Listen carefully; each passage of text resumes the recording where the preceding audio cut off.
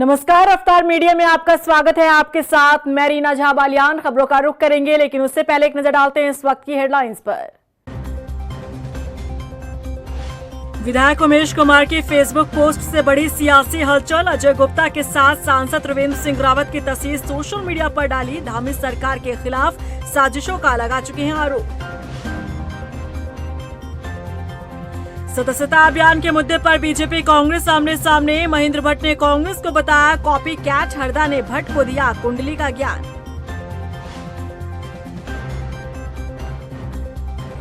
विधानसभा को पेपरलेस करने की तैयारी तेज। केंद्र सरकार की नेवा परियोजना के तहत चल रहा काम। जल्द अधिकारी भी सीखेंगे विधानसभा का ऑनलाइन कामकाज। राजधानी देहरादून में सत्यापन अभियान ने पकड़ी रफ्तार। 300 से ज्यादा संदिग्धों को हिरासत में लेकर किया गया वेरिफिकेशन। आला अधिकारी संभाल रहे अभियान की कमान। चलिए बुलेटिन की शुरुआत कर लेते हैं। 500 करोड़ में उत्तराखंड की धामी सरकार को गिराने की साजिश का मुद्दा एक बार फिर चर्चाओं में आ गया है। निर्दलीय विधायक उमेश कुमार ने पूर्व मुख्यमंत्री त्रिवेंद्र सिंह रावत को टारगेट करते हुए सोशल मीडिया पर बड़ा खुलासा किया, जिससे सियासत में उबाल ला दिया है। निर्दलीय विधायक उमेश कुमार का बड़ा खुलासा। धामी सरकार को गिराने की साजिश मामले में बड़ा खुलासा। त्रिवेंद्र सिंह रावत पर किया टारगेट। गुप्ता बंधु के साथ त्रिवेंद्र की फोटो की शेयर। उत्तराखंड की धामी सरकार को अस्थिर और गिराने की साजिश का मामला सुर्खियों में रहा, लेकिन फिर ठंडा पड़ गया। हालांकि गंभीर आरोप लगाने वाले निर्दलीय विधायक उमेश कुमार इस मुद्दे को छोड़ने के मूड में नहीं दिख रहे हैं, क्योंकि इस मामले में अब विधायक उमेश कुमार ने एक और बड़ा खुलासा किया है। पूर्व मुख्यमंत्री और हरिद्वार से मौजूदा सांसद त्रिवेंद्र सिंह रावत को टारगेट करते हुए उमेश कुमार ने अपने सोशल मीडिया पोस्ट पर जबरदस्त खुलासा किया है, जिसके बाद सियासत में उबाल देखने को मिल रहा है। सोशल मीडिया पर त्रिवेंद्र सिंह रावत और अजय गुप्ता के साथ में फोटो शेयर की गई है और उमेश कुमार ने इस पोस्ट में दावा किया है कि यह हाल ही में एक कार्यक्रम की फोटो है। उमेश कुमार के मुताबिक 11 सितंबर 2024 की ये तस्वीर है, जब सहारनपुर में काले कारनामों वाले अजय गुप्ता के छड़ी पूजन में त्रिवेंद्र सिंह रावत शामिल होने पहुंचे थे। हालांकि हम इस तस्वीर की पुष्टि नहीं करते कि त्रिवेंद्र सिंह रावत की ये तस्वीर कब की है और कहां की है, लेकिन जिस तरह से उमेश कुमार ने पोस्ट शेयर की है, इसके बाद शक की सुई पूरी तरह से घूमती दिख रही है। निर्दलीय विधायक उमेश कुमार ने अपने पोस्ट में लिखा है कि हमारे पूर्व सीएम त्रिवेंद्र सिंह रावत का गुप्ता बंधुओं से लगाव, स्नेह और प्रेम की जगजाहिर ये ताजा फोटो अभी 11 सितंबर 2024 की है, जब सहारनपुर में काले कारनामों वाले अजय गुप्ता के छड़ी पूजन में उत्तराखंड के सारे काम छोड़ त्रिवेंद्र सिंह रावत शामिल होने पहुँच गए। तभी कहूँ, मेरे गुप्ता बंधुओं पर सरकार अस्थिर करने वाले बयान पर सबसे ज्यादा दर्द त्रिवेंद्र सिंह रावत को क्यों हुआ? क्या कह रहे थे मेरे बारे में त्रिवेंद्र जी? उमेश कुमार विश्वसनीय नहीं है। उमेश कुमार को कोई अनुभव नहीं है। आप अभी तक गुप्ता बंधुओं के आगे पीछे क्यों घूम रहे हैं त्रिवेंद्र जी? तो क्या काले कारनामों वाले गुप्ता बंधुओं की शह पर ही सरकार को अस्थिर करने के लिए लगातार अपनी ही सरकार के खिलाफ बयान दे रहे हो? ये तमाम बातें निर्दलीय विधायक उमेश कुमार ने अपने पोस्ट में लिखते हुए त्रिवेंद्र सिंह रावत को कटघरे में खड़ा कर दिया है। बता दें कि मॉनसून सत्र के दौरान सदन के भीतर विधायक उमेश कुमार ने आरोप गुप्ता बंधुओं पर लगाते हुए कहा था कि 500 करोड़ में उत्तराखंड की धामी सरकार को गिराने की कोशिश की गई थी। उमेश कुमार के इस बयान पर पूर्व सीएम त्रिवेंद्र सिंह रावत ने तंज कसते हुए कहा था कि जिस व्यक्ति ने सरकार गिराने की साजिश का आरोप लगाया है, वो कोई विश्वसनीय व्यक्ति नहीं है। अब इसी पर पलटवार करते हुए निर्दलीय विधायक उमेश कुमार ने सोशल मीडिया पर गुप्ता बंधु के साथ त्रिवेंद्र सिंह रावत की नजदीकियों और सॉफ्ट कॉर्नर को लेकर सवाल खड़े किए हैं और इशारों में सरकार को गिराने की साजिश का षड्यंत्रकारी त्रिवेंद्र सिंह रावत को बता दिया है। बहरहाल देखना होगा कि विधायक उमेश कुमार के इस खुलासे का परिणाम क्या होता है। रफ्तार मीडिया के लिए देहरादून से ब्यूरो रिपोर्ट। पूरे देश में जहां बीजेपी का सदस्यता अभियान जोरों पर चल रहा है, तो वहीं महिला कांग्रेस का अभियान भी इन दिनों जारी है। उत्तराखंड में दोनों राजनीतिक दल बड़े लक्ष्य के साथ नए सदस्य बना रहे हैं, तो वहीं एक दूसरे के सदस्यता अभियान पर भी वार पलटवार करते दिख रहे हैं। इस बीच पूर्व मुख्यमंत्री हरीश रावत ने बीजेपी प्रदेश अध्यक्ष महेंद्र भट्ट को एक नसीहत दे डाली है। ये रिपोर्ट देखिए। उत्तराखंड में दोनों राष्ट्रीय दलों के सदस्यता अभियान चल रहे हैं। खास बात यह है कि बीजेपी जहां पूरे प्रदेश में 23 लाख से अधिक सदस्य बनाने के लक्ष्य की ओर बढ़ रही है, तो वहीं महिला कांग्रेस के सदस्यता अभियान का लक्ष्य 10 लाख रखा गया है। लेकिन सदस्यता अभियानों पर एक दूसरे पर राजनीतिक दल कटाक्ष भी करते नजर आ रहे हैं। बीजेपी प्रदेश अध्यक्ष महेंद्र भट्ट का कहना है कि बीजेपी का सदस्यता अभियान हिसाब से चलता है, जबकि कांग्रेस में सामंजस्य की कमी है, जो सदस्यता अभियान में भी नजर आ रहा है। भारतीय जनता पार्टी पार्टी के संविधान के आधार पर सदस्यता करती है। कांग्रेस के अंदर कोई संविधान नहीं है, कांग्रेस के अंदर कोई व्यवस्था नहीं है, इसलिए महिला मोर्चा अलग करेगा, उनका युवा अलग करेगा, तो फिर वो इकट्ठे भी कांग्रेस सदस्य कैसे माने जाते होंगे? संविधान में उनके क्या उल्लेखित, मैं कोई टिप्पणी करना नहीं चाहता हूँ। बीजेपी प्रदेश अध्यक्ष महेंद्र भट्ट ने जहां कांग्रेस के सदस्यता अभियान पर सवाल खड़े किए, तो वहीं पूर्व मुख्यमंत्री हरीश रावत ने महेंद्र भट्ट को एक नसीहत दे डाली है। हरीश रावत का कहना है कि जब महेंद्र भट्ट का जन्म भी नहीं हुआ था, तब कांग्रेस में 54 की सदस्यता होती थी। जब इनका जन्म नहीं हुआ था, कांग्रेस में उस समय 54 की सदस्यता होती थी। तो जो है उनसे कहिए कि अपने जन्म का पहले पतड़ा जो है पंडित जी से लिखवा ले अपने, जब वो पतड़े में क्या है उसको देख ले, उसके बाद हमसे बात करें, कांग्रेस से बात करें। बीजेपी और कांग्रेस जहां सदस्यता अभियान प्रदेश में चला रही है, तो वहीं एक दूसरे के सदस्यता अभियानों पर कटाक्ष भी जारी है और ये मसला महेंद्र भट्ट की जन्म कुंडली तक पहुंच गया है। ऐसे में देखना होगा कि जब बीजेपी और कांग्रेस के सदस्यता अभियान के आंकड़े आते हैं, तो किसकी कुंडली मजबूत नजर आती है। रफ्तार मीडिया के लिए देहरादून से मनीष जंगवाल की रिपोर्ट। केदारनाथ उपचुनाव को लेकर इन दिनों सूबे में केदारनाथ सियासत का केंद्र बन चुका है। अभी उपचुनाव की तारीख की घोषणा भी नहीं हुई, लेकिन उससे पहले ही बीजेपी ने अभी से ग्राउंड जीरो से चुनावी तैयारी शुरू कर दी है, क्योंकि किसी भी सूरत में बीजेपी केदारनाथ सीट हाथ से नहीं निकलने देना चाहती। रिपोर्ट देखिए। केदारनाथ उपचुनाव में बढ़ाई बीजेपी की धड़कनें। 173 बूथ पर 173 पदाधिकारी तैनात, 5 कैबिनेट मंत्रियों को भी मिली जिम्मेदारी। ग्राउंड जीरो से चल रही बीजेपी की तैयारी। 92,000 मतदाताओं वाली केदारनाथ विधानसभा सीट पर उपचुनाव कब होगा, ये अभी तय नहीं है, लेकिन यहाँ चुनावी शोर जोरों पर है। बात बीजेपी की करें तो उसने केदारनाथ में बिसात बिछानी शुरू कर दी है। केदारनाथ विधानसभा में 173 बूथ है। बीजेपी ने इन बूथों पर 173 पदाधिकारी तैनात कर दिए हैं। बूथों के ऊपर पार्टी के 46 शक्ति केंद्र हैं और शक्ति केंद्र के ऊपर 5 मंडल है। हर शक्ति केंद्र और हर मंडल में भी इसी तरह एक एक पदाधिकारी की तैनाती की गई है। ऐसे करीब 200 पदाधिकारी हैं जो केदारनाथ विधानसभा के बाहर से हैं। 20 सितंबर के बाद 5 मंडलों में एक एक कैबिनेट मंत्री को भी मैदान में उतारने की तैयारी है। आखिर इन पदाधिकारियों का काम क्या होगा, आपको बताते हैं। बूथ पर बीजेपी के सदस्यता अभियान को गंभीरता से आगे बढ़ाया जाएगा। सरकार की उपलब्धियों को बूथ के हर एक घर तक पहुंचाने का टारगेट है। 2022 में पार्टी जिन बूथों पर कमजोर रही, उन पर विशेष अभियान चलाया जाएगा। किस बूथ पर लोगों की कॉमन क्या समस्या है, उसे टारगेट कर आचार संहिता से पहले दूर किया जाएगा। मंत्री अपने अपने विभाग से संबंधित समस्याओं का मौके पर निस्तारण करेंगे।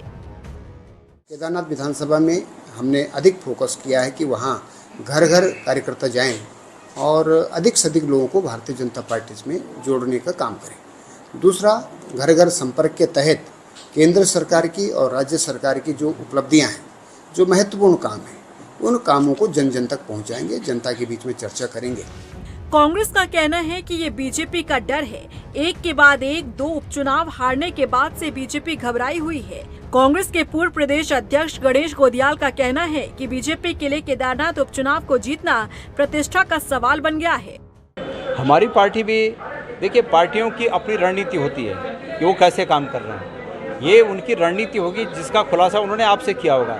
हमारी भी कोई रणनीति है जिसको हमारा संगठन बखूबी अंजाम दे रहा है। अब माननीय अध्यक्ष जी इस बारे में कुछ कह पाएंगे कि वो क्या इसमें कर रहे हैं, लेकिन जहाँ तक केदारनाथ में कार्यकर्ताओं का सवाल है, मैं केदारनाथ से 3 दिन के भ्रमण के बाद आज यहाँ पर पहुँचा हूँ और मैं इस बात को जानकारी के आधार पर कह सकता हूँ कि कांग्रेस का कार्यकर्ता वहाँ प्रत्येक बूथ पर एक्टिव है और भारतीय जनता पार्टी को सबक सिखाने के लिए तैयार है। बहरहाल इसमें कोई दो राय नहीं कि उपचुनाव होने तक केदारनाथ सियासत का केंद्र बना रहेगा। बीजेपी और कांग्रेस दोनों ही इसे गंभीरता से ले रही है। बीजेपी के पास मौका है कि वो 2 उपचुनावों में मिली हार के दाग को इस सीट पर जीत से धो सके, तो वहीं कांग्रेस मंगलौर और बद्रीनाथ में जीत के बाद केदारनाथ में हैट्रिक का रिकॉर्ड बनाना चाहती है। रफ्तार मीडिया के लिए देहरादून से मनीष डंगवाल की रिपोर्ट। उधर देहरादून और गैरसैंण की भराड़ीसैंण में बनी विधानसभा को पेपरलेस करने की तैयारी चल रही है। विधानसभा अध्यक्ष रितु खंडूड़ी की माने तो राज्य की दोनों ही विधानसभा को भारत सरकार के डिजिटल इंडिया कार्यक्रम नेवा परियोजना के तहत जोड़ा गया है। उन्होंने बताया कि इस प्रोग्राम के तहत आने वाले दिनों में अधिकारियों को कामकाज की ट्रेनिंग दी जाएगी। ऐसा है कि मुझे बहुत खुशी है कि हम छोटा स्टेट ज़रूर है, लेकिन ये हमारे पास हमको ये सुविधा या ये कहा गया भारत सरकार द्वारा कि आप लोग भी डिजिटाइजेशन की तरफ जाइए और हमने उसको उस अपॉर्चुनिटी को लिया। मैं धन्यवाद भारत सरकार का भी करना चाहूँगी और साथ ही साथ उत्तराखंड सरकार का भी कि कुछ पैसा हमें भारत सरकार से मिला और जो बाकी हमें ज़रूरत थी दोनों विधानसभाओं को, देहरादून और गैरीसैंण भराड़ीसैंण को करने की हमें दोनों सरकारों के माध्यम से फाइनेंशियल हेल्प मिली है। हम पूरी तरह से प्रयास में है कि डिजिटाइजेशन हो।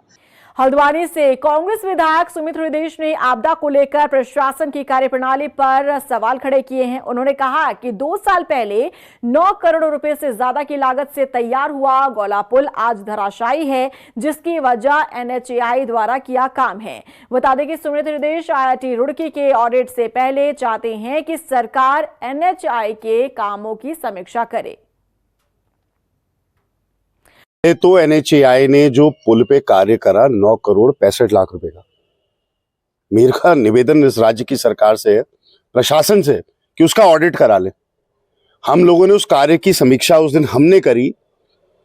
मैं भी एक इलेक्ट्रिकल वैसे इंजीनियर हूं, हालांकि इंजीनियरिंग से तो बहुत दिनों से पाला नहीं पड़ा है, लेकिन फिर भी कोई आम आदमी भी अगर उसको देख लेता, उसमें रेता भर भर के तो उसमें काम हुआ है।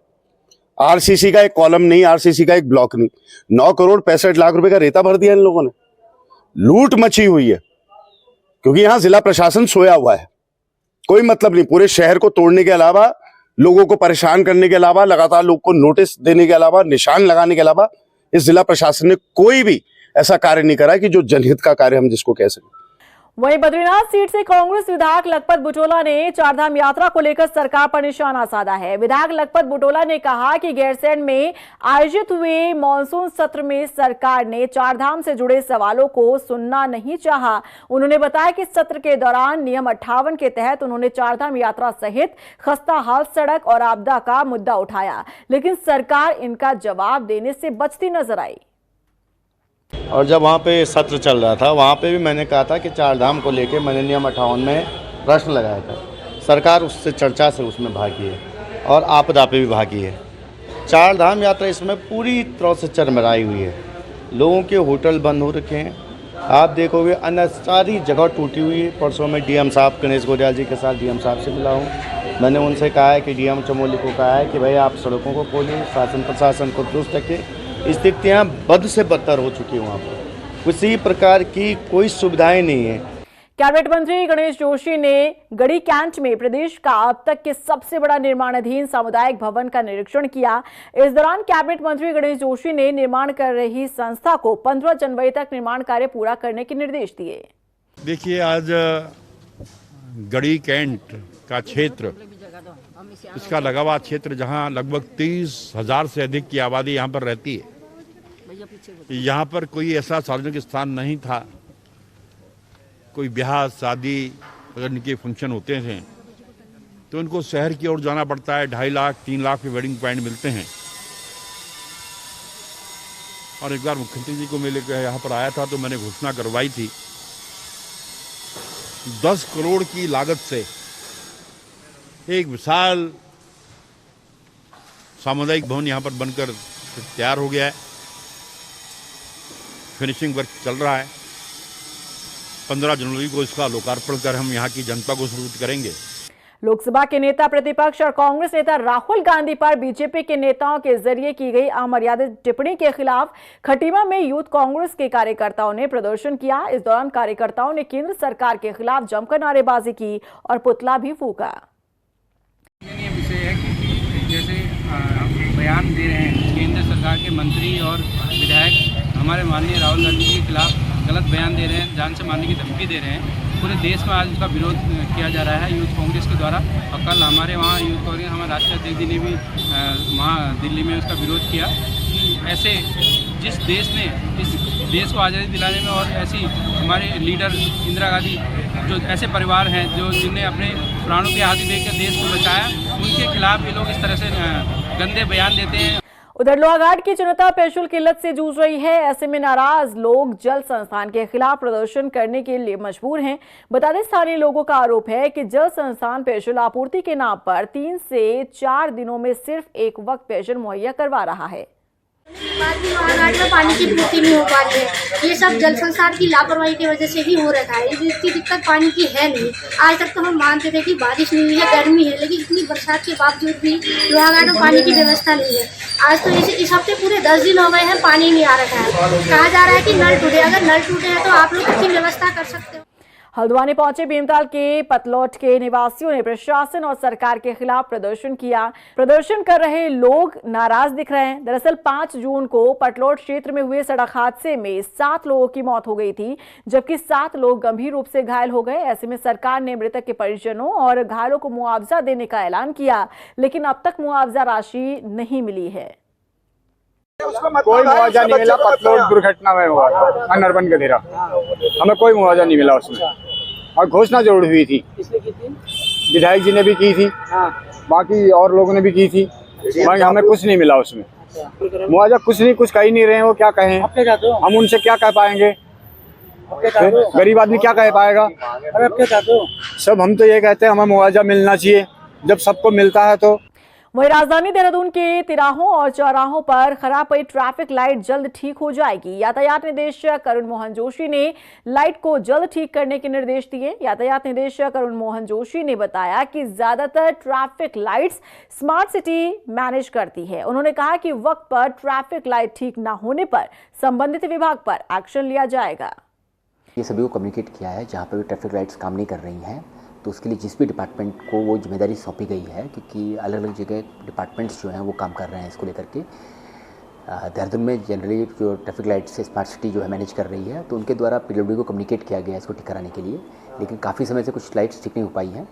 तो उसमें उनको यही बताया है कि जो जहाँ पर बार बार कम्युनिकेट करने के बाद भी नहीं ठीक हो पा रही हैं, उसमें इस ऑफिस को कम्युनिकेट करेंगे, और अगर लगता है कि कहीं पर बार बार कम्युनिकेट करने के बाद भी वो ठीक नहीं हो पा रही है और उसमें कोई लीगल कार्रवाई करने की आवश्यकता है, तो इमीडिएटली लीगल कार्रवाई भी करेंगे। वहीं प्रदेश में बढ़ते आपराधिक मामलों के बाद हरकत में आई उत्तराखंड पुलिस सत्यापन अभियान चला रही है। राजधानी देहरादून में भी बाजारों, प्रतिष्ठानों के अलावा रेडी और फड़ लगाने वालों का सत्यापन किया जा रहा है।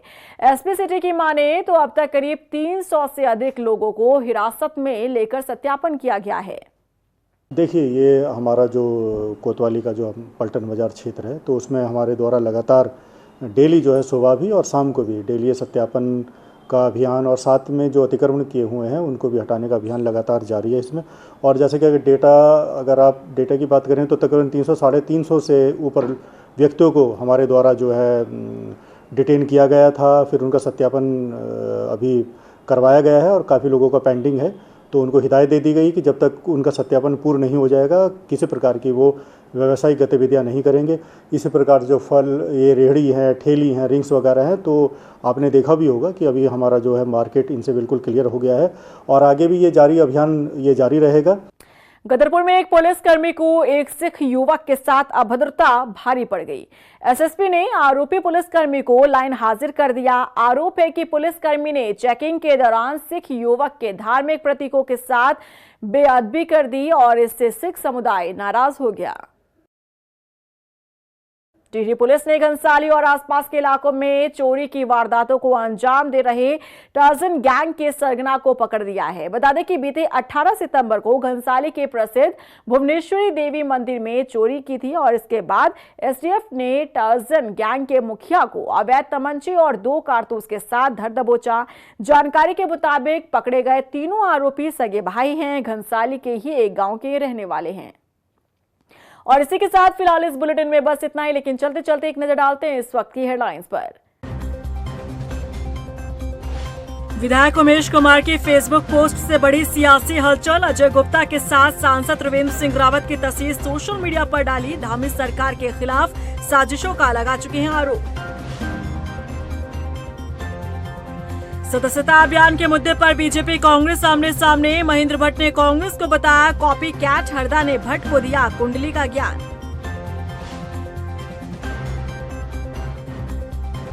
विधानसभा को पेपरलेस करने की तैयारी तेज। केंद्र सरकार की नेवा परियोजना के तहत चल रहा काम, जल्द अधिकारी भी सीखेंगे विधानसभा का ऑनलाइन कामकाज। राजधानी देहरादून में सत्यापन अभियान ने पकड़ी रफ्तार। 300 से ज्यादा संदिग्धों को हिरासत में लेकर किया गया वेरिफिकेशन। आला अधिकारी संभाल रहे अभियान की कमान।